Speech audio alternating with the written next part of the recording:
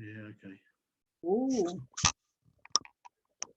Okay, so what we're going to do tonight is have a little bit of background on some photo editing. So Dave, first off, is going to do a little bit on Fastone, is it, Dave? Yeah, Fastone. Fastone, which is a free photo editor for Microsoft. And then Keith's going to do a little bit on Affinity. We've got a little video to show as well. And then if we've got time, I'll then go through and cover what Keith covered in Affinity with Photoshop. That's the plan. Okay, let me just make sure you can share. Yeah, you can. All right, Dave, you all ready? Over to you. Right. Now, whether this works well or not is anybody's guess, but we will soon find Well, out. we haven't had any problems this end tonight, so it should all go smoothly. Oh, that's what they all say. Yeah. I just got to shift that out of the way because I've got stuff all over my screen that I didn't expect. This came up on when we were out down trying to get some sunsets. And one of the potential new lady members was saying about editing. And I said, well, why not try Fastone Viewer? Because many of us find real problems with editors because they've got a huge learning curve. And Fastone is an editor. Well, it's actually a viewer's. It's sold as given away as a viewer. But in addition to that, it's got a lot of really good editing functionality. And it's free, which is even better. So now all I've got to do is find out what I'll set up. Oh, here we go. To make sure I cover all the bits that I want to, I've done a very, very scruffy PowerPoint to make sure I get everything. So I'll just go through the things I wanted to raise, then I shall show some of the things that it can do. Dave, Yeah. Did Peter say this is just for Windows? Yes, that's right. No, you can't get it for Mac.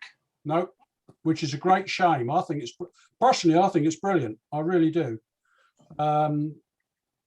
Presumably, you'll be able to run it on a Windows emulator. But anyway, it's called Fastone Image Viewer. And in my opinion, it's got a very good editor. Like lots of people, I've got a Photoshop and Lightroom license for £100 a year.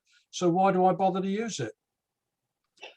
Well, I sort of classify my photography in two sort of main groups. There's the sort of snapshots, which I routinely take of a whole range of things. And then when I travel, if I can remember what that actually means these days, I take a very small, very lightweight laptop with me because I want to be able to filter what I've taken on any given day. It's got a very small footprint on the PC. So if you're using a very small laptop with hardly any memory, it doesn't need a lot of hard drive and it doesn't need a lot of memory. And because of that, it's incredibly fast. It's free, but Windows only. And it does all the RAW that I've checked. So it does Canons, old and new. It does Nikons. It does Panasonics. Anything other than that, I've not been able to check because I've not got it. It also does JPEG and TIFF and some other formats, because if it's a viewer, it's got to cover as much as it can. So this is my photography, snapshots, which can be anything and everything. Typically, we go out for the day or with the grandchildren or it's pets, and they're definitely not works of art, but they're really great memories, and that's why we take them. And because of that, it doesn't often need lots of in-depth serious editing because the images just don't justify it. And then if I look at photo trips and some holidays and events, we're always trying for that something special, aren't we? And then that's when I'd maybe wheel out the Photoshop and the Lightroom and so on. And sometimes it's a special trip or whatever. And often it's many days, but it's always lots of images. And when we went to take photographs of the kestrels, I took a mere 800 images that day and was suffering from burst mode envy because my companion got through 4 cards, I think, and had over 1,000 in one day. And the problem with all those images is what we end up with is we pick 1 or 2 out of them, and the rest of them, we don't do anything with them.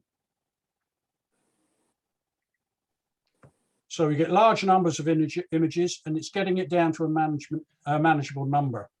And for me, that's getting rid of the stuff that's crap, getting rid of the repeats, the unsharp, the boring, and everything else. A long time ago, I made a decision that I was always going to try to produce a photographic album, and physical or digital or both. And I found over the years that if you've got an album with 10 pages in it, which is 20 sides, that's as much as most people want to look at. You might remember when we used to have big wallets full of prints, and people would shuffle through them. And then after they'd done a few, they'd start to shuffle through them to get to the end as quickly as possible. And it's very similar to albums in my experience. At 10 or 12 pages is the maximum, which is 20 sides if you're printed double-sided. And I found that 25 to 40 images, depending on the content, is as much as most people are interested in. But the important thing for an album for me, whether it's physical or digital, is picking up on a point that Keith made as an aside when he was doing his RPS qualification, that presentation is everything. And one of the things with an album, I can get the order that I want. I can put some photographs together in context, and I can make them the size I want. And so if I'm aiming for 40 image, my reduction factor is 1,000 to 40, or about 25 to 1. So something's got to go. And the sooner I can do that after I've taken the photographs, the better. So this is my sort of basic workflow. When I get captured images, I'm only interested in the good ones. I get rid of everything else as quickly as possible. And it's the good ones that I put into Lightroom. Then I filter the good ones in Lightroom in the database system. And based on some excellent advice from a professional photographer, he argued, and I follow that scheme, there are only 3. He said there's ones that are definite keepers, you want to do something. There's some that are maybes, because you better not delete it just in case it's the only one you've got, and everything else you get rid of. And you make the album from the keepers. And if they're really good, some of them might end up on the wall. In our house, I have 6 photo frames, which are A3 size, where I rotate some of my best stuff on. That's it. So that's the presentation. So let's make sure I've got everything. Can you still see me okay? Yeah. Yeah. Just as an illustration of some albums, this is, oh, I don't know if you can see that, because I can't see whether you can, because I'm sharing the screen. Yeah, we can see that. Yeah, if you can see that, my wife and I, we went to New York, and I make up an album of New York. And that illustrates the sort of thing you can do with an album. You can make a double spread on 2 pages, and so on. I then end up putting them into digital form, and I print them as PDFs. So here's another example of one that I did in digital form. And this is printed out as a PDF. And here we've got 5 prints in context on 1 page, where the kingfisher is actually diving for food, and it missed it this time, but it got it the next time. And so that's why I'm a fan of albums, whether they're digital or otherwise. So that's what my workflow comes about from. And that's one of the reasons why I like Fastone, is because it lets me filter real quick. Let's have a look at some bits and pieces. I've got a couple of images, and I've got something that I did this weekend, just gone by, where I'll show you how I'd use it. But as an editor, it really does surprise me. I lent my daughter a camera because she went on a little caravan holiday, and she came back with this and said, "Can you make me something for a picture frame?" And this is now in Fastone Capture, or Fastone Editor. And as you can see, it's a pretty typical thing taken by someone. Horizon smack down the middle. Sky would have looked beautiful on the day, but it doesn't. Let me just walk you around Fastone Capture. Up at the top, you got a film strip, which doesn't show much. It's showing everything on my desktop, because I put it on the desktop so that I had it all accessible. To the left is all of the editing commands. That's the lot, everything. And to the right, I've just got to move your stuff out the way again. To the right, it gives me either the EXIF data the histogram, or if I've got any comments. And if I've got the EXIF data, I can see what camera it was done with, which lens and so on. So let's do some real simple editing of a snapshot. The first thing I would always do is level, because if it's at a level, if I crop first and it's at a level, then I'm going to be cropping away stuff that I might want to keep. But I always do a quick check with cropping to see where I'm sort of planning to do things. And it's just a simple X command. And then straight away, I'm into cropping. I can get fixed sizes, any number of those. If I've created my own, I can save them. I can crop to a file or a clipboard and so on. And I can obviously flip round if I want to do something else, if I want to do a different shape of the size that I've selected. So looking at this, I would probably be looking at something with 1/3, 2/3 in the usual sort of thing that we'd be doing. I can't see anything that upsets me except for, let me just cancel that, except for this caravan over here, which I obviously don't want. So to level, I go up here and then straighten. It's that simple. Now I can either just rotate backwards and forwards, which is perhaps not such a good thing, or I can draw lines if I want to. And then it will level. And I can auto crop and preserve the aspect ratio if I want to. So auto crop, if there's any big white space in it, then auto crop will just crop out the white space. Preserve the aspect ratio if I want to. So I would just typically crop that, level that at that stage. Now this is working on a medium performance PC, and there are some things that, as we all know, are fairly intensive.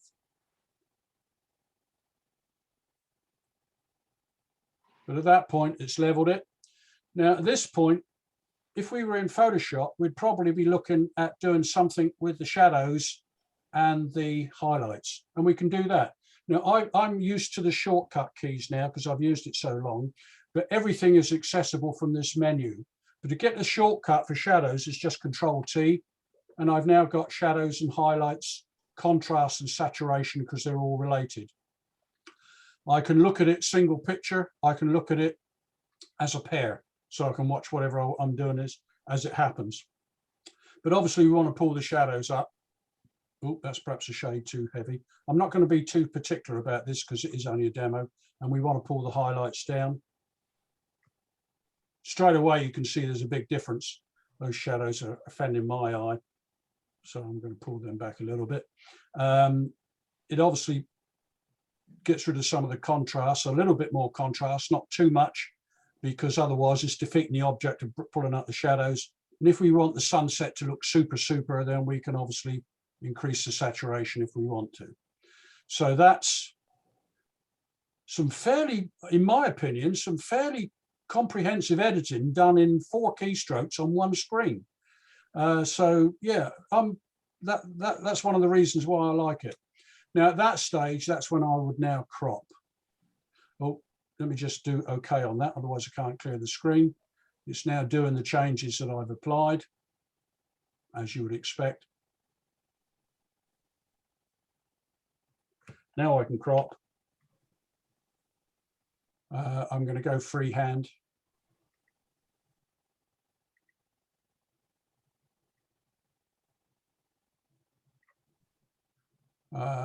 Push it up a bit. 1/3 to 2/3 or thereabouts.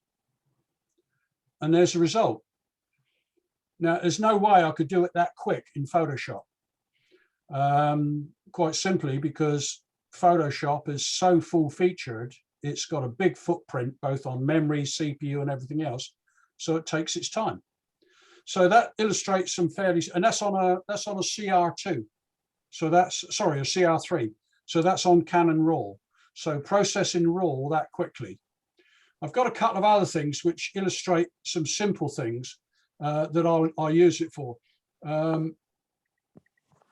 I won't save that because my sister is our family archivist, and she did a load of scans of birth certificates, death certificates, marriage certificates, all that sort of thing. She said, can I make them better for her, for the family book that she's writing? Well, looking at this, the first thing we want to do is obviously rotate it to get it the right way around. 2 rights makes it a right. Then at this stage, what we're looking at, of course, is obviously it's a grey background and everything else. Now, on any decent editor, we've got levels and we've got histograms. So we can go to levels with Control L, and I could quite easily adjust that very quickly to pull up the blacks and open up the whites. If I want to be more elegant, I can go to the histogram. And again, we've got exactly the same shape in the histogram as you would expect. We know that this is wasted white space because there's nothing in it, so we can pull that back to there. We know we want to pull the blacks up a little bit because they're looking a bit grey, something about there. And then in the histogram, of course, we can start to experiment with pulling in some of the background. Something along those lines. And that's how easy it is to edit something like that. So that's sort of quick editing that you can do with photo, with, let me just get rid of that as something else, that we can do with Fastone on a regular basis. Now let's have a look at what I would do if I've taken a load of prints and I'm on a holiday and I just want to get rid of all the crap as quickly as possible. This is some stuff that I did at the weekend. I was in it was Fort Brockhurst at Heritage Weekend. They had a number of enaction societies, a whole range of things going on. And because I'm one of the volunteers, I'm one of the stewards, so I couldn't do too much with the camera. But I was after that elusive shot of someone firing a rifle or a cannon and get the fire coming out of the muzzle. So here's the stuff that I took. There was a lot of things going on. And one of them was this Simba group. I didn't even know what Simba was, but this is what Simba is. And so I had 3 of those. Now, if you can see that I've got, if I go up to the top, I got a lot of images here, lots and lots of them. So I need to clean this lot down real quick. And so I've got 3 or 4 of the Simba group. Now I can either use the left and right arrows on the keyboard, or if I come down here, if you look down the bottom there, I've got an arrow with the mouse currently to the right or to the left, but there's nothing to the left where I can scoot things through. So let's have a quick look at these 4. 1, 2, 3, 4. Yeah, well, there's 2 there that look interesting. This one here, because it's showing motion, they got their feet off the ground. And that one there, because they've almost got their feet off the ground. So the one I'm going to keep is the one that's actually on the far right. This lady over here, she got really quite animated. She had a big drum and she was all over the place, but it was very good. But anyway, I don't like that one. I want the other one. So I just do Shift and Delete, and I can get rid of everything that I want, just leaving the ones that I want. Oops, or undo the one that I've got. Fortunately, this is only a copy. The next lot with this lot, which were the Sussex Rifles Enactment Society, and there were 4 of them, and they went on several sort of demonstrations, and I got dozens of them. Because you put it on burst mode and you're just after that elusive photograph of someone actually firing the rifle and you can see it. This one, obviously, the exposure. The first one would have been a good one, but it isn't, because quite simply, he's talking to someone at the same time. Oh yeah, to zoom in at any time, just click and it goes to maximum enlargement. So it's the equivalent of full pixel count. And obviously he's chatting, and that's not the way we want it. Similarly, the next one, that one's burnt out. I can quickly shoot through these. You can see they're out of focus. And the reason for that is I forgot to change the damn focus after the Simba band. So I was on the wrong focus technique. I wanted a broader spread focusing for them, whereas here I should have really been on single shot. It didn't actually matter in this case because none of these are interesting at all. And none of them are actually, did I manage to catch? And I'm sure remember, this is all raw. The speed it's going through this raw is pretty impressive. and none of them are any good. So what I can do, if I double click, whoops, I keep on getting screens from, if I double click here, it puts me down into this screen. So just as I could in Windows, I can select from there, just click the first one, go right to the end, because I know none of them are any good, hold the shift key, do that, delete the lot, because none of them are any good. And I am this ruthless with my own stuff. I'm not just doing it for this demonstration, because I'm trying to get this down to, well, preferably a few images showing something actually happening. So now I go back to this. We've got the cannon fire. You can see this is on burst mode. So this is 8 frames a second. And that's what I was after. Not only did I get the cannon fire, I even got it coming out of the vent hole from where the fuse was put in. It's nice and sharp, handheld, so I was quite pleased with this one. But there's obviously some bits that are no good. I really need to get rid of this guy taking a photograph of me, taking a photograph of him. And similarly, if I just move this zoom screen again, these legs look a bit odd down here. So the first thing I want to do is to level it. Whoops, there's a very slight list on it. So if I want to straighten it, I just go to the downpipe.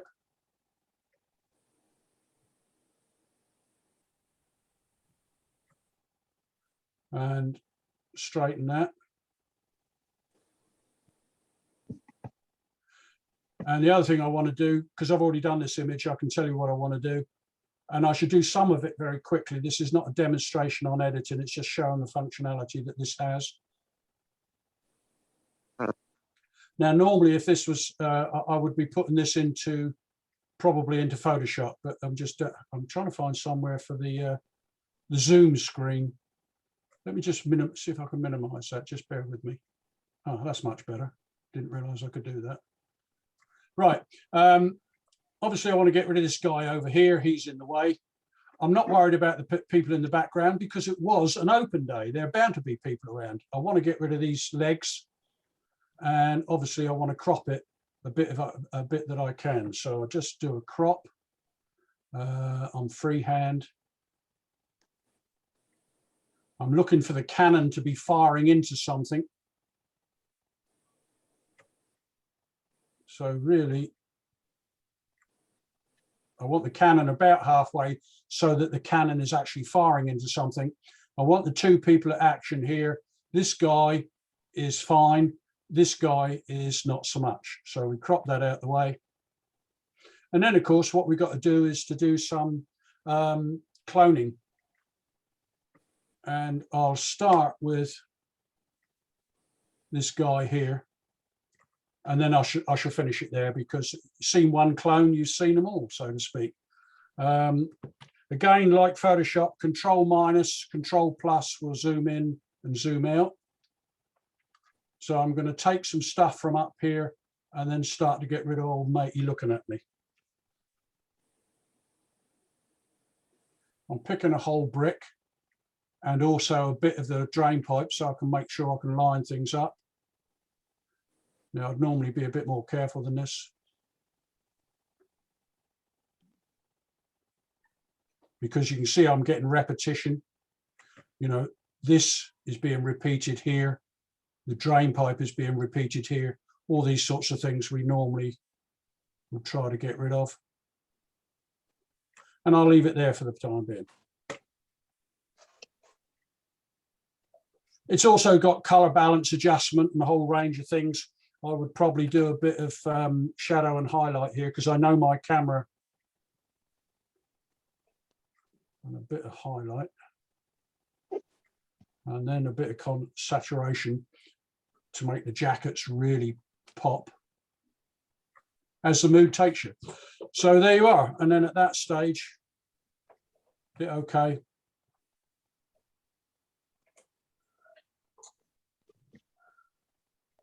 And there we have it. So that's Fastone Capture. It's free. And I think the editing functionality for lightweight editing, high speed. The film strip up the top is really right up my street. I do like to get rid of the dross as quickly as possible. I don't see the point in reading it all into Lightroom's catalog, only to delete it from there at half that speed. So that's about it, guys. Any questions? Is anybody there? Yeah, could you put in the link? Hang on, they're all outside. They've all gone outside in the hall.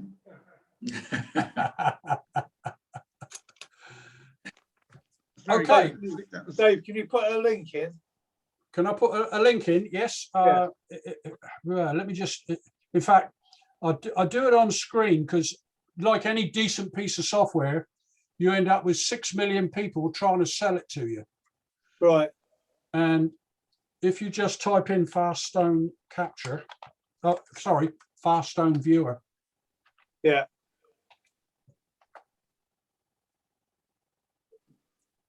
The one you're after is that one, fastone.org. Fastone.org. Okay. Yeah, and they've got a load of stuff there, most of which I'm not overly interested in. MaxView, some of their stuff is shareware. MaxView is an image resizer upwards, so you can make things much larger, usual sort of thing. Yeah. Photo resizer is slightly similar, but going in the opposite direction. Image viewer itself is what we're using here, and Fastone Capture is a screen grabber. I use Fastone Capture. I've got it on here because I just like it. It's so easy to use. So, for example, that's what it is. And if I do Control-Alt-P, I can make a screen grab of exactly what I want. Yeah. So that's their products. But the amazing one is this one, Fastone Image Viewer, is free. Any other questions? Sorry. I was going to say it looks quite interesting, Dave. Well, the thing I like about it, anybody who wants to get into photo editing, I always tell them, start with this. You know, you give them something like Affinity or perish the thought Photoshop, they're invariably put off. What's better, in my mind, what can be better than something where all your extractions are down here? This is everything. Everything you want is down here. You can change the colors, you can make sepia, negatives, lots of the stuff I've never used, but I routinely use curves. I routinely use levels. Adjust colors is using RGB, and they are very, very sensitive. In fact, that's the only thing that's missing from this that I would always go to Photoshop for, was if I wanted to change color balance, because in Adobe Photoshop Raw or in Adobe Raw, the ability to change color balance is so easy. It's just a slider, and I can go from daylight to deep shadow color temperature just by a slider. Here I have to do it by hand. But yeah, other than that, that's about the only thing that's missing from it for me. Anybody got any questions in the hall? All good? No, we're all okay with that. Was good, Dave. Thank you. Okay, I'll just unshare my screen now then. Yeah, okay. I would just comment actually that I mean, it seems to me there's a lot of good free stuff out there, and a lot of it's very powerful. So you've clearly demonstrated, Dave, that 95% of the things that people are generally doing, you can do quite easily and quickly. Yes. These are just problem-solving tools, and if you find that a bit of free software solves most of your problems, that's it, isn't it? Really. Well, I agree wholeheartedly, Keith. I mean, I'm just guessing now that probably 70% of my photography is what I would call snapshots. Yeah, it might not. It might be that if you're, sending your print to an international exhibition salon or something, That'd be slightly different. You need a bit more sophistication. But yeah, and if I it is impressive what you can get for nothing. Yes, it is. And the thing I like about it, there's not a single advert in it. I never get junk mail. I don't get anything. The moment I want to use layers, the moment I want to put it into a database, the moment I want to use something out of the ordinary, selections and stuff like that, then obviously Photoshop or something similar is my next call. But I probably do 70% of my editing on Fastone, because as you say, for the majority of snapshots, it gives me everything I want. Very good. Okie doke. Right. What we got next is we've got a little video on Affinity, and then Keith's going to do a presentation on some editing on some photos that we've got. And we were going to do something on Dennis Peters' photo that he entered last couple of weeks ago.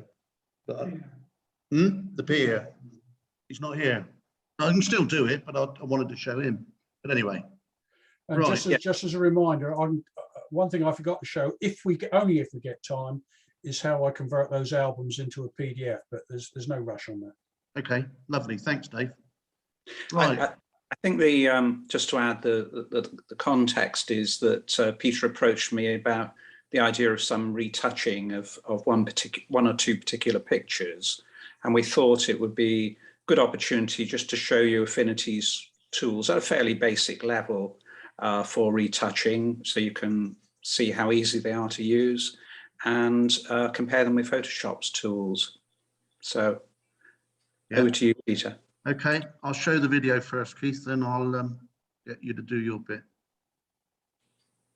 Sure, share sound. Remember that. Okay. Where is it? I got it.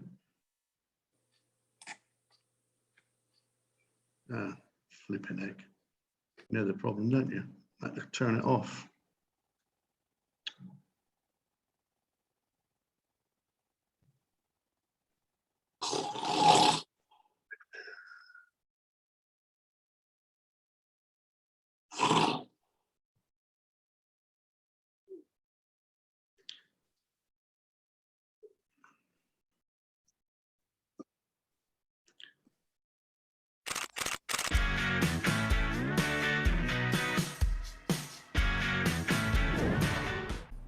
Can you hear that all right? I want to look You can hear that okay, can't you? Yeah. Yeah. Okay. at a common task that we often have to do as photographers, and that's remove unwanted objects from our images. And I'm going to do this using Affinity Photo. Now, if you've read my book Essential Affinity Photo, you'll probably recognize the example image on the screen. It's one I show how to clean up these problem areas. Now, I'll just zoom in. At 150%, you can see the first problem. And we've got a bird here, and I don't want it, so we'll remove it. And that's going to be really easy.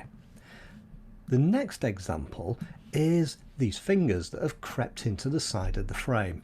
And I want to remove that as well. And again, should be quite simple, but there are a few problems to watch out for with some of the tools. Next, we're going to tackle this stadium lighting and how to remove that. It's getting a little bit more complicated, but there's a few secrets that I want to share with you. And then the final adjustment that I want to do is remove this window. Now, the tools we can use in Affinity Photo are over in the panel on the left, and there's a selection of them. There's only ever one icon showing, but if you look at the bottom corner here, we actually have a little arrow, and if you click on that, it pops out with the rest of the tools. Now, the tools we're going to be looking at are the healing brush tool, the patch tool, and the inpainting tool. And all of these can be used to make repairs, but they don't all make a good job of every repair. You've got to understand which ones will work well and which ones won't, and then you plan your repair accordingly. And I'm going to show you how to do that with these progressively more difficult repair jobs. So let's start with the first one, which is this bird. Now, the easy way to do this is with the healing brush tool. And I'm sure a lot of you are already familiar with this. So I've got the healing brush tool selected at the moment. I just simply size my brush and click to remove the bird. Now, I don't actually want to do that at the moment, and the reason is it will apply the repair directly to my image or my pixel layer here, and I don't want that. What I want to do is repair this to a separate layer. That way, if I make a mess, I can just delete the layer or turn the layer off, and then the bird will come back.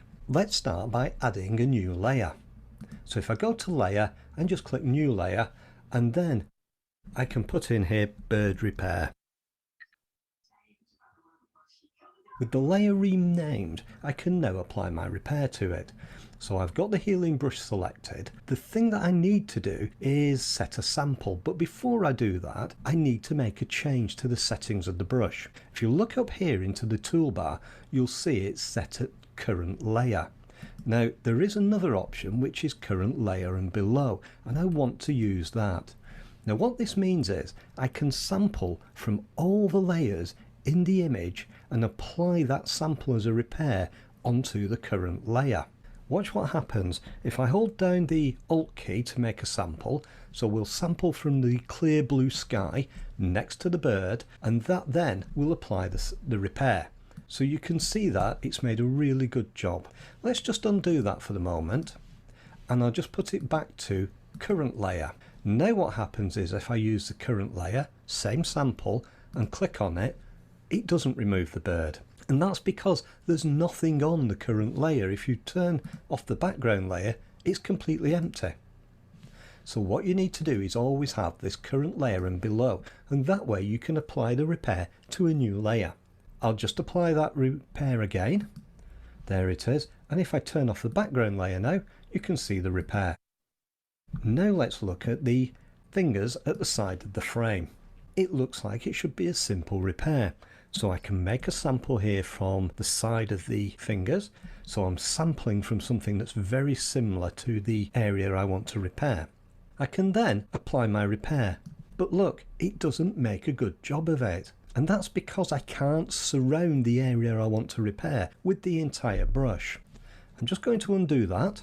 The tool that I want to use to repair this with isn't the healing brush tool.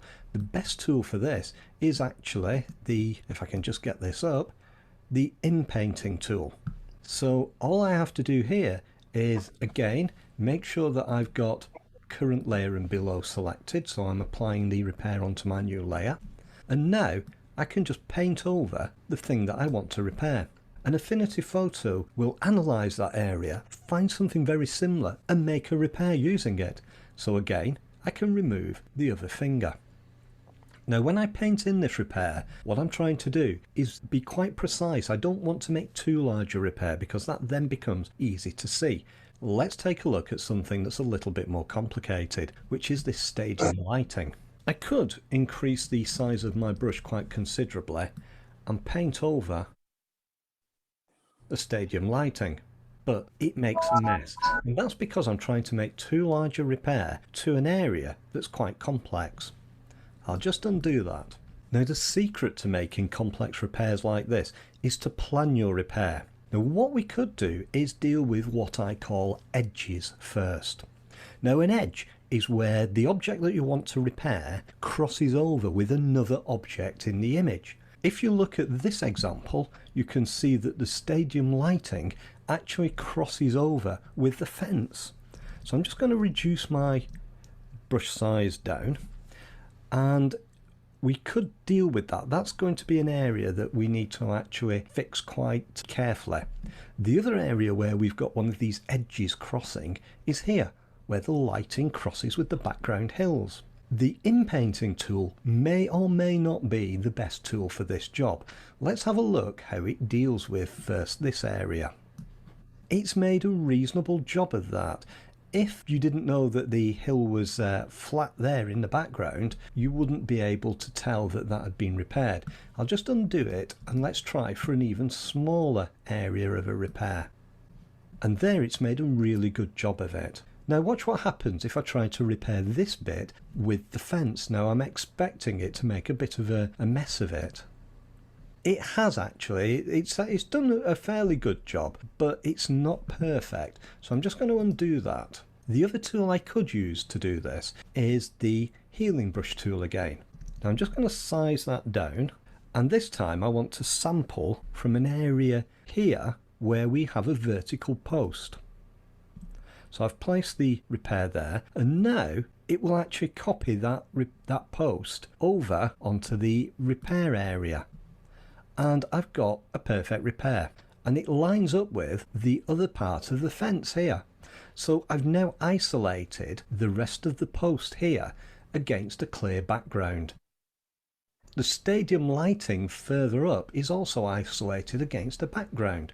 So I can now switch back to the inpainting tool, and I'll just paint up this column, and that makes a good repair. I'll paint over that column, and that's made a good repair. And now I'll just size my brush and paint over the stadium lighting there, and it's made a good repair there. By breaking down what looks like a complex repair into a number of areas and then using the right tool that suits that area, we've made an excellent repair. Let's just now move over to look at how we would get rid of the window and the column here. So I could use the inpainting tool. Let's just see what happens. Okay, it's actually made a reasonably good job of that, so we could accept that. But I want to show you another tool. So let's have a look at undoing that. And this time I want to show you the patch tool. Now the patch tool is very simple. All we need to do is again make sure that we've got this set to current layer and below, because we're making our repair to a new layer. I can now click and draw around the window where I want to make the selection.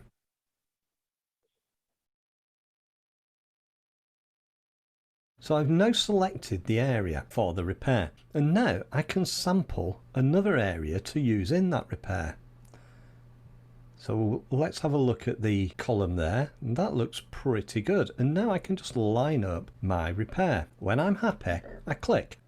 Now what that does is it creates this bounding box around the area that I'm using for the repair, and I can actually tilt that to line up the column or the repair more closely.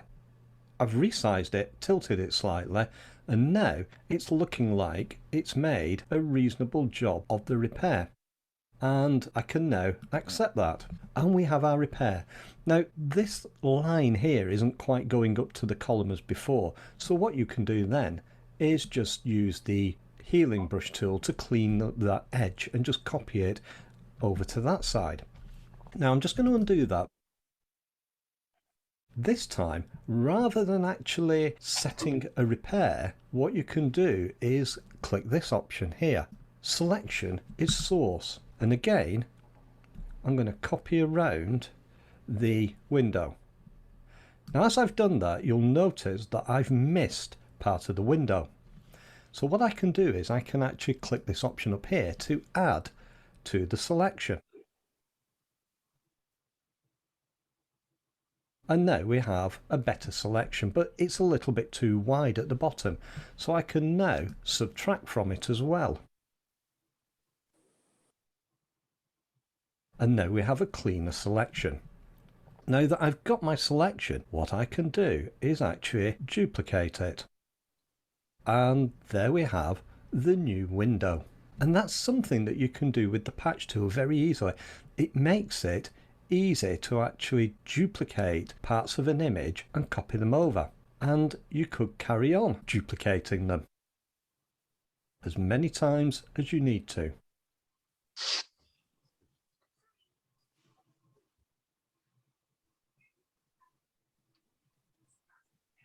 And of course, when you've done, you could actually remove the window as well, and that way you would have moved it into a new position. Now if you want to have a go at this image, you'll actually find it on my website to download. It's actually part of the book downloads, but you don't need the book, you can just go and download the image. I'll put the link to both the book and the image in the information for the video below. I hope you found this useful. I'm Robin Worley, you've been watching Lenscraft. I'll see you soon for another video.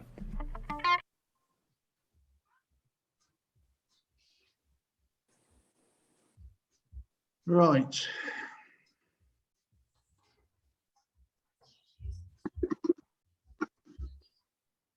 Over to So you. would you like me to take over now?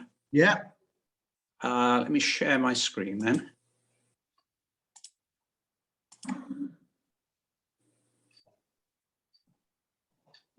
Okay. Right, so that was a little video on retouching in Affinity, and I think retouching is something of a chore, isn't it? But it's a necessary one. Sometimes it's really easy, quick, and straightforward, as has been shown. Sometimes it's rather hard and time-consuming.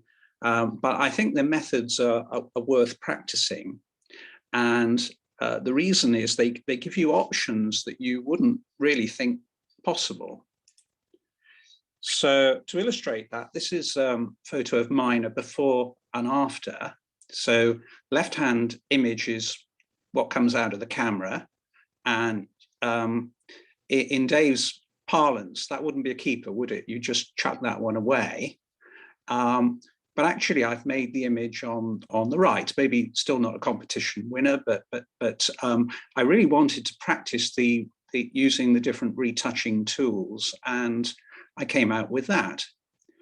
So obviously, I've cropped it, I've rotated it, but the heavy lifting is really being done by using extensively some of these repair tools.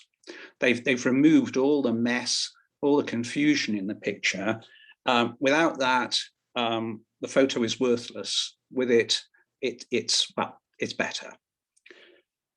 Now, I must admit, it took forever to do this. I wouldn't do it every day, but I think it shows what can be done, and I think it shows why it's worth a bit of practice. So we decided, Peter and I, that we would work through a few examples from PDI entries, just showing the basic tools in operation, rather like the video. This will be fairly simple, a lot simpler than this, but there may be one or two points I can touch on as we go that will be of interest to people who are more advanced. So this example comes from the June PDI competition, and it shows really a very common problem that we all have: a dust spot on a sensor, or a dust spot on a lens, a dust spot on a filter. And that's easily removed using any of the tools that Robin Worley demonstrated in that video. In fact, he showed 3 tools, and I could think of at least 6 tools in Affinity that would do the job. And basically, they all do the same thing. They're replacing the pixels you don't want with pixels from somewhere else. So let's just have a go at the healing brush tool, which was the first one he showed. Now, the healing brush tool takes its sample from that somewhere else. That somewhere else you have to pick first. So you Alt and you click, and then you click or drag a second time, and that's the healing brush tool. I'll just do it again. Alt, click, and it's gone. That's the healing brush tool. And actually, he didn't mention cloning, of course, but cloning is exactly the same principle. So if I take the clone brush, I take my sample from somewhere else, and I just paint over the bit that I don't want, as Dave Murphy showed. Then we have the patch tool. He demonstrated that, but it is equally simple. Draw a line around. I'm holding my mouse down. Go somewhere else, find something that you like, click, and if you like it, just click again, and you've done the job. So that's the patch tool. The blemish removal tool.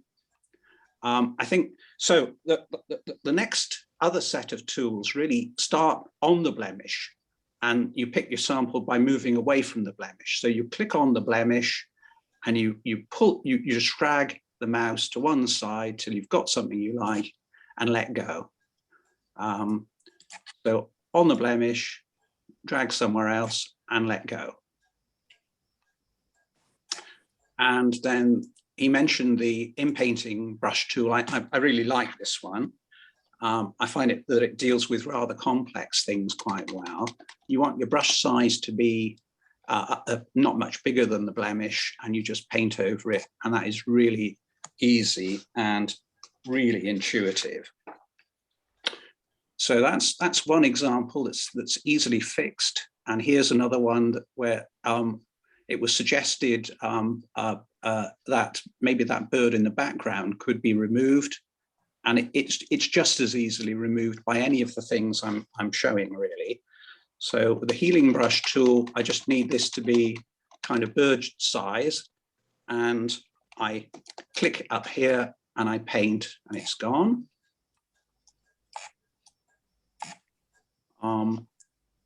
With the patch tool, I draw my patch around wide enough that I include the shadow, and I go somewhere else and it's healed. With my blemish removal tool, I need this just to be big enough, and I click on it and move till I find somewhere else that I think fits. And with the inpainting brush tool, it's very, very, very easy. You just kind of paint over it. Oops, and it's gone. So that's that. All those tools are really very simple. Sorry, another one that I could mention that also he didn't feature is that Affinity has what's called an inpainting facility. And this is the same in Photoshop as content-aware fill. So what you do with this, and this works really well with big objects, I used it quite a lot in the example I showed you, is you get your lasso tool to select, and you just make a very crude freehand selection like that. And then you need the content-aware fill command. So it's in Edit, Inpaint. Edit Inpaint, and you can see that the keyboard shortcut is Alt Backspace. And again, it's really clever and powerful, and it does the job really, really well. So that's a second example. This one here, it has big dust spots, and we could heal those in the same way we've shown, but we won't do that now. We've shown that method. Instead, we will get rid of this halo around the tree. This is an over-sharpening halo.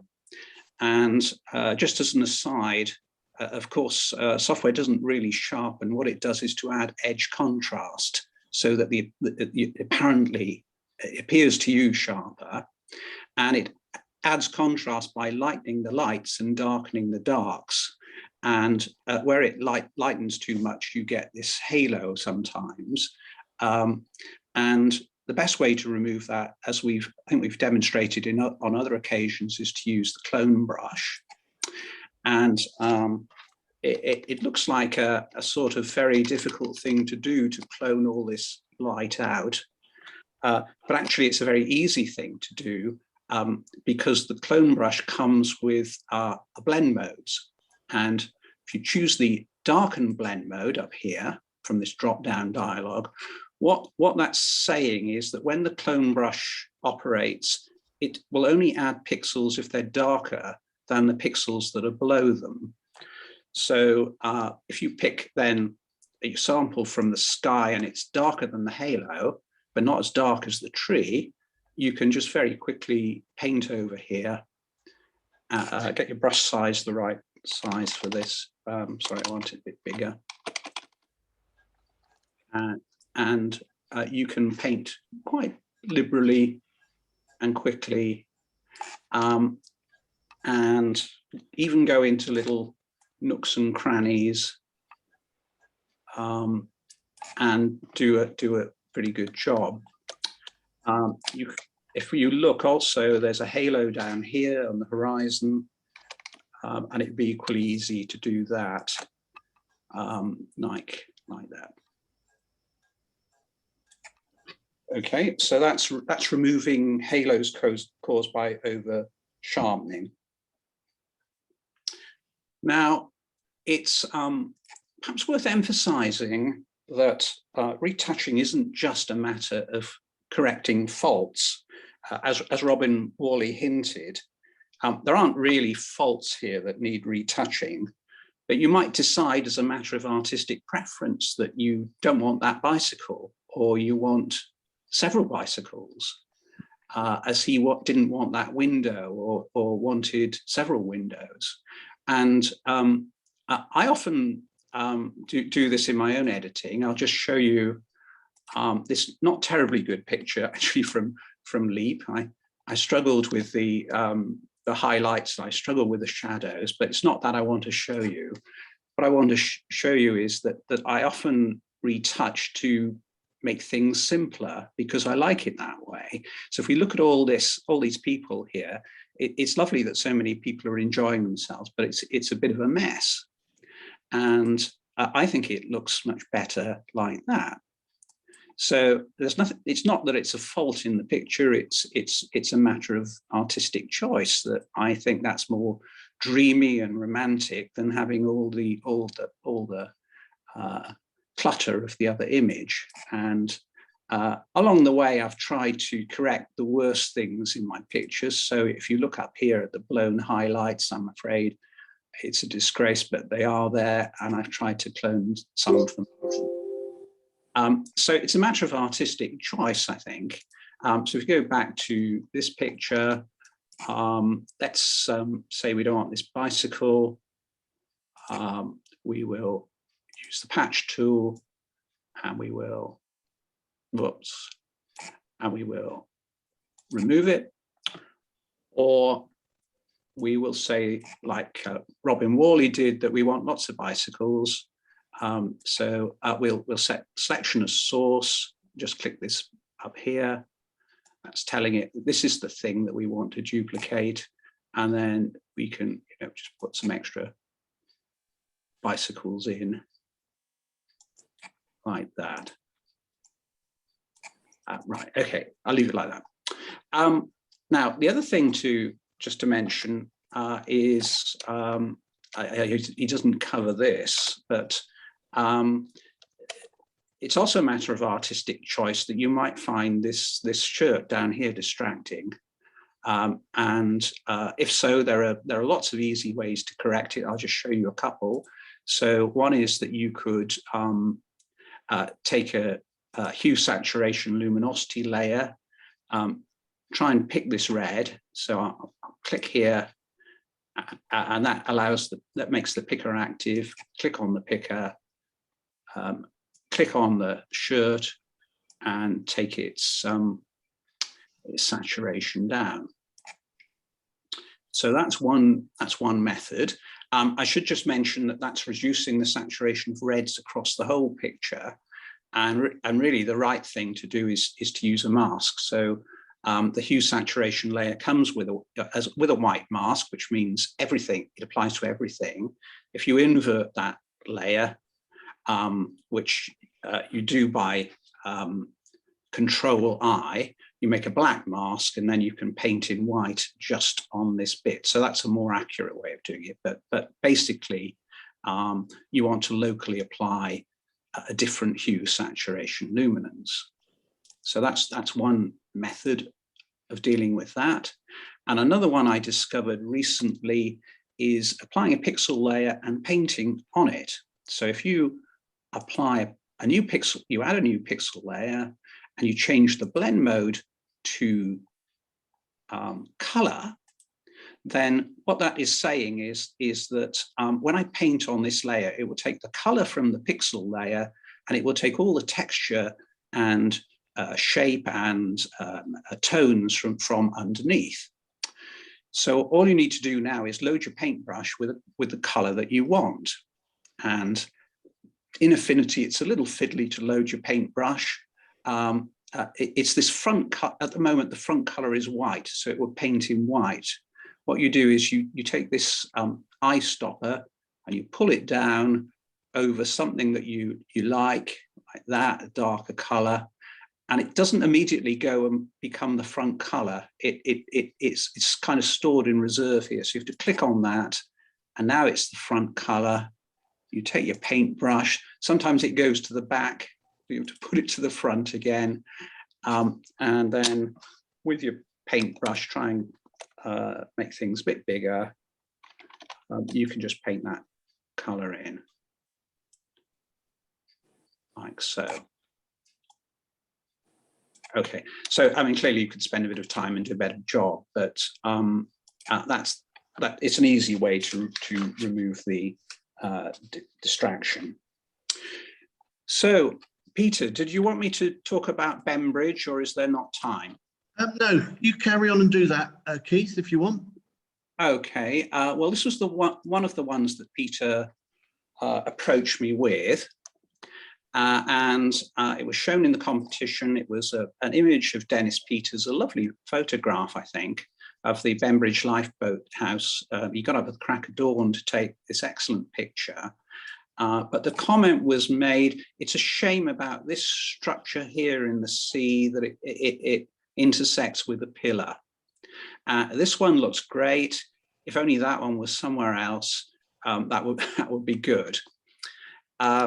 And this one is one at the difficult end of the repairs, I'm afraid, because the pillar is right next to it. So if I try my patch tool, I can't, or a lasso tool with infill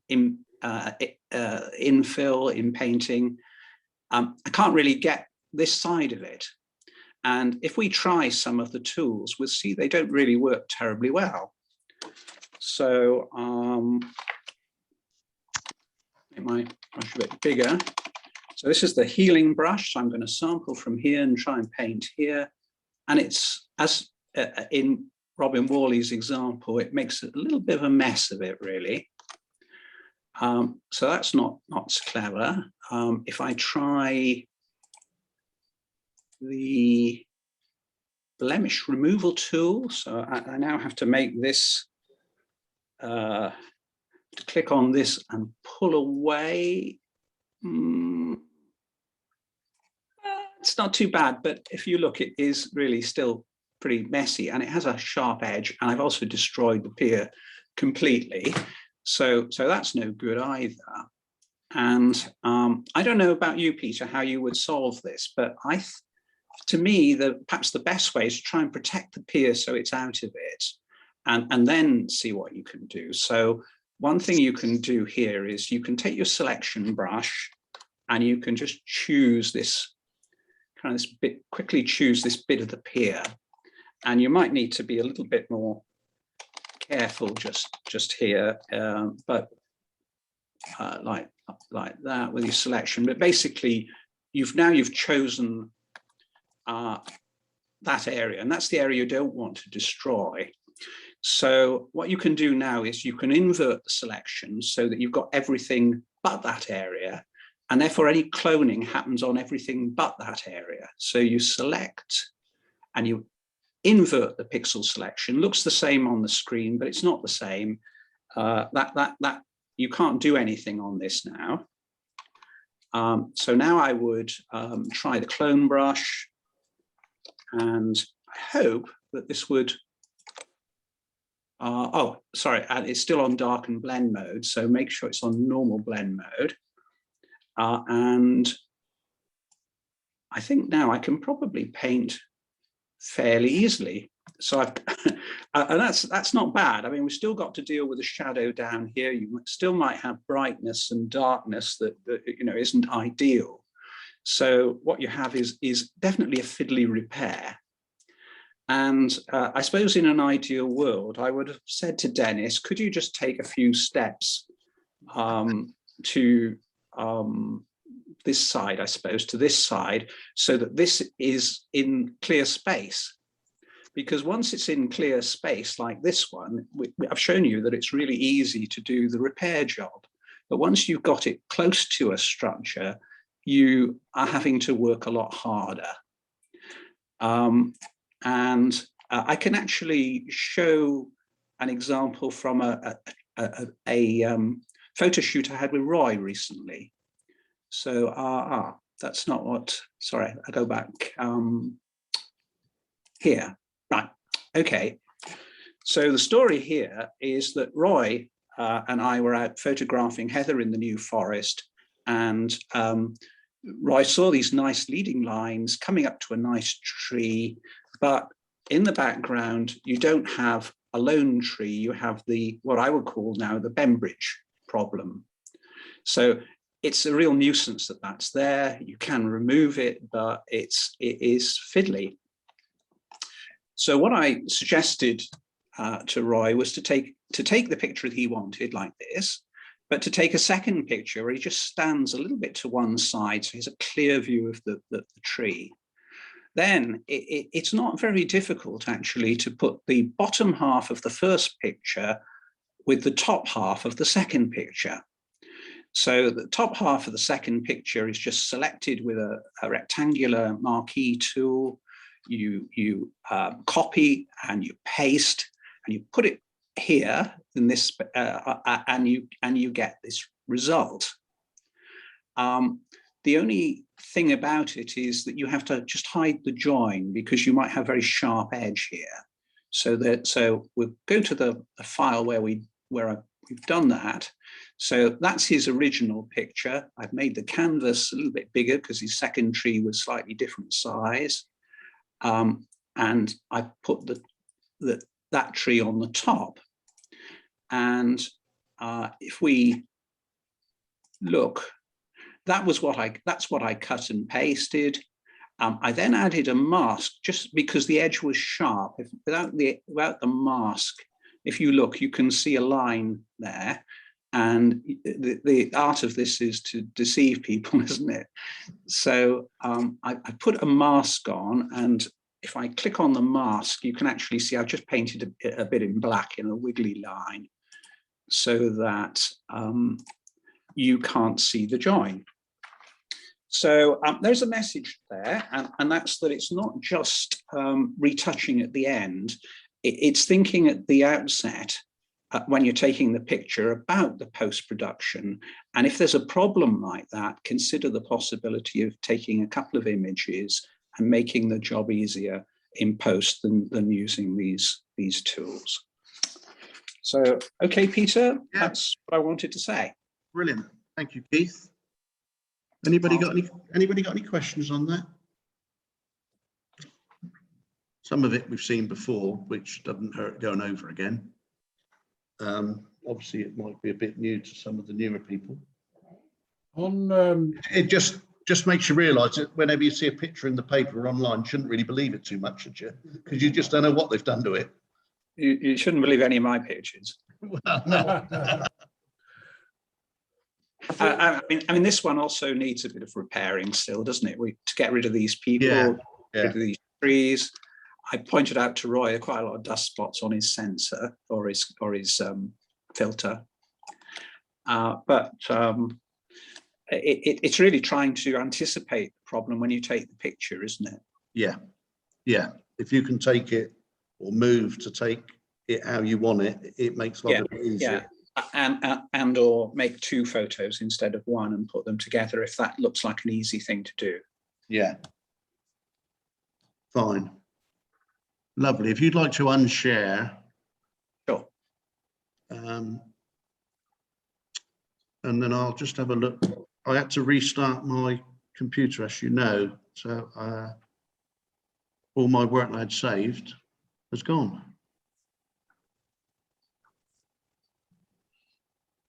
I hope that was clear to everyone. A lot of it's very basic, but the tools are good. Are they the same in Photoshop?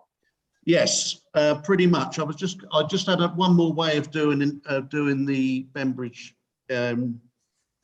using the content aware move tool they've got. Right.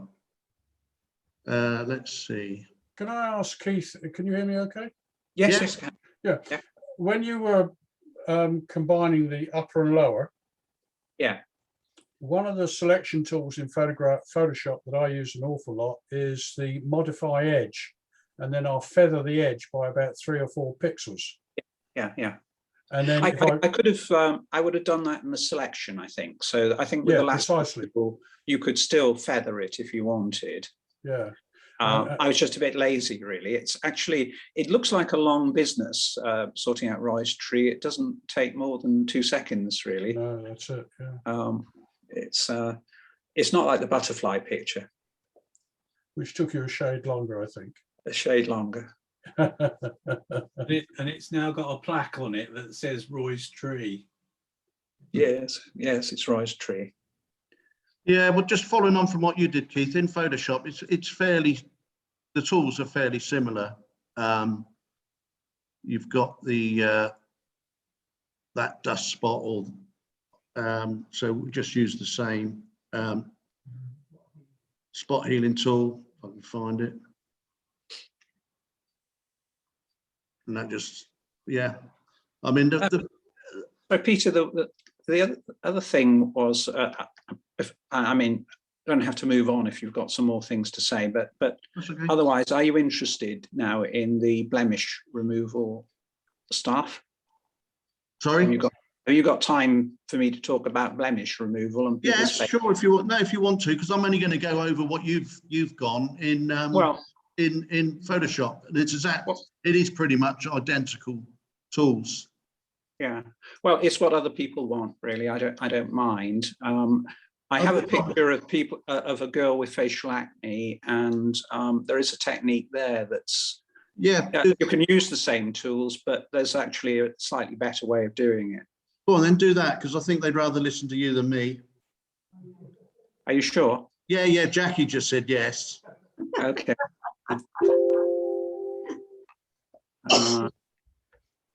Okay, I need to find the file, just a moment.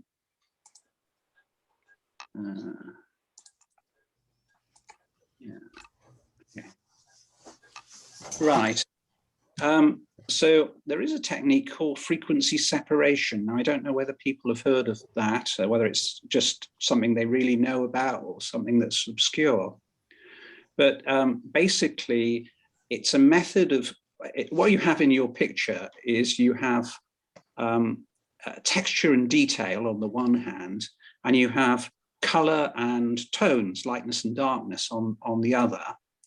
And the problem with people's faces sometimes is that when you try and retouch using these tools, you don't just get rid of one thing, you spoil the other. So frequency separation is a way of just splitting this picture into 2 layers, one that has all the wrinkles in it and the eyebrows and the eyelashes, and another one that has the nice skin tones. So now, I don't know what happens in Photoshop, but in Affinity, it's a destructive technique. So it messes up the original picture. So what I would do is I would duplicate the layer. So that's Control J or Command J. So I've just duplicated the layer, and I can turn that one off for now. We'll just work on this one. And under Filters, I go to Frequency Separation. And what it does is it shows me the 2 layers it's going to make. And on the one side, you have the one that has all the eyebrows and the sharpness and the detail.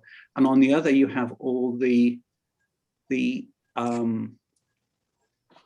skin tones and colors. And what you're doing is effectively you're blurring this side and taking the sharpness into this side. And you play with this slider until you're happy that you've got, and I'm not very experienced at this, so this may go wrong,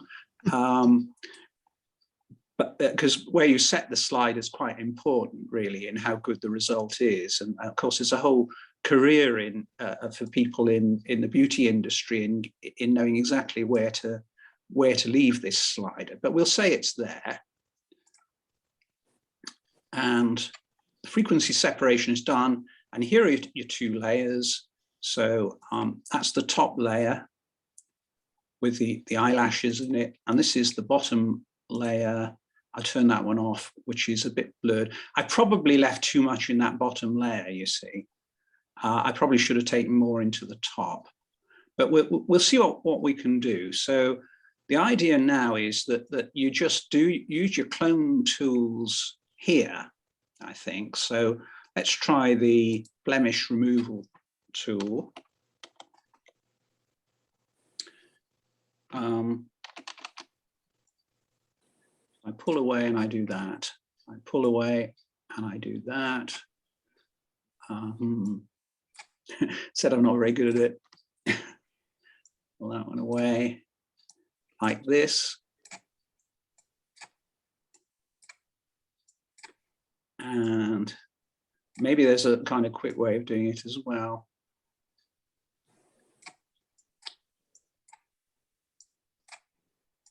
Like so.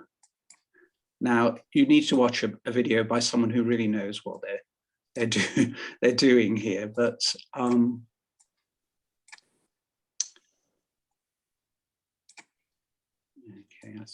I don't like that one really. I haven't done a very good job there. And then I go to the high frequency layer, and it depends on what's in it, but it might be that, say, this little scar here is in it, in which case it might be that you use the inpainting brush just on that bit, and that might go, which it does. But the color, the tone underneath is it really isn't changed. So I'll turn the top two layers off, and I've gone from that to that. And if you're better at it, you would do a better job. But that's frequency separation. And it's a technique that's normally used in this sort of thing to remove blemishes. For instance, if this lady doesn't have a lot of wrinkles, but if it has a lot of wrinkles, you'd probably take them into the top layer, and you would apply the healing tools to the top layer. So that's frequency separation for facial or portrait retouching. But in the same way, you could use it for noise reduction and sharpening. So really, you want to sharpen the sharp bits, and you want to leave the noise behind. And then you want to do your noise reduction so you take the sharp edges into the high frequency layer, you leave the noise in the low frequency layer, you'd apply your sharpening to the top layer, and you'd apply your noise reduction to the bottom. And that is rather similar to what happens with a high pass filter in terms of sharpening, I think, that it's kind of edge detecting. So, okay, I'll leave it there. Terry will tell me I'm wrong, and he will know more about it than me. But no, I don't. That's frequency separation. Keith, Yeah. when you did the split screen, all I really saw on the left-hand side was grey. I didn't see. Yeah, you need it. Let's have another go at it, shall we? And I'll make it more extreme. So, okay. So if I turn this all the way up. Okay, yeah. Then you see all the detail is on this side, and everything here is blurred. If I turn it all the way down, there's nothing on this side, and this picture is intact. Yeah. So what I'm trying to do is somewhere in between. I'm trying to get, so the ear is now, I don't know whether you can see it, Roy. Yeah, yeah, the ear and the hair. Yeah. I'm worrying about the blemishes, though. I want them to appear. You don't want them to appear. Well, I think I want them to be in the worst of them to be in the top layer. Do you? Yeah. No, I think I don't want them to appear. I don't want them to appear. That's very similar to high pass filter in Photoshop. Yes, I understand. Yeah. This part is the same, isn't it? Really? Yeah. So I apply that, and as I say, you apply your healing technique to the top layer or the bottom layer, depending on whether you want to get rid of wrinkles, which are detail, or you want to get rid of minor imperfections of color, which is in the bottom layer. Yeah. I understand that now. Right. That's me done, I think. That's about all I know. Thank you, Keith. That's great. Okay. Very good. Excellent. Okay, I think that'll do for tonight, because what I wanted to go through with that Bembridge, I want to really show Dennis Peters, so I can save that for another week. It's not an issue. All the basics that you did on the first 3 photos are very similar in Photoshop. They're all the same. They're all the same tools, and like Affinity, Photoshop's got about 6 or 7 ways to do the same thing, and everybody's got their own sort of little way of doing it. And Yeah, and I think what he said is right, that often you need several of them. Yeah, yeah. If it's a difficult problem, Yeah, you chip away at it really, and then the computer, once if the picture gets closer and closer to what you want, then a tool will work better. Yeah. Yes. So the butterfly picture required a lot of chipping away to get things looking better and better and better, and then the tools really work well. Yeah. Fine. Next week, I think we're due a PDI next week. So we had one 3 week, well, when we had it a fortnight ago, but obviously it'll be 3 weeks next week, but we were late last month with it. We normally have it in the 3rd week. So I think we'll have a PDI next week. So if everybody can get the PDIs to me by Monday lunchtime, I can then get those all loaded up for Tuesday evening. Yeah. Would somebody like to wake Mike up? Sylvie, give him a shove. He's not with me. He's in his own place. Here he is. Hello, Mike. Oh, I'm listening. Yeah. all right. I found it very calming. Hang on, we'll get Keith to go over it again. Yeah, I've recorded it. I'll put it up on the YouTube site probably tomorrow or Thursday. I'll let you all know it's up there. So if you want to go back through it tonight, the links through the website, as you know, yeah. The new people, I'll send you a link to it. But we usually record them and they're up there to watch. So then you go back and go through them, especially when we're doing tuition. You can go back through it at your own pace. You haven't got to worry about trying to remember everything then. Okay, well, thanks very much for Dave and Keith for doing that tonight. That was great. Makes life a lot easier for me. Thank you very much. And it was very interesting. And then, like I say, PDI for next week. And if you can get those into me by Monday lunchtime, up to 3 each. And then we'll mark those and critique those next Tuesday night. You still there, Gary? Yeah, Yeah? I'm Good. sitting in the dark, but I'm Yes, getting please. a bit uncomfortable now. But Okay, mate, we're just about to finish. Thank you. Hope your knees are mending. yeah, well, I'll hope to be there in a fortnight. What, here? Yeah. Lovely. That'll be good. I can pick you up if you want. Okay. Thank you. Fine. Okay, that'll do. Very We'll see. good. Thanks very much. Okay, we'll see you all next week, same place, same time. Right, lovely. Cheers, everyone. Good Bye. night. Good night. Good night. Bye. Night all. I know. Hi, Terry.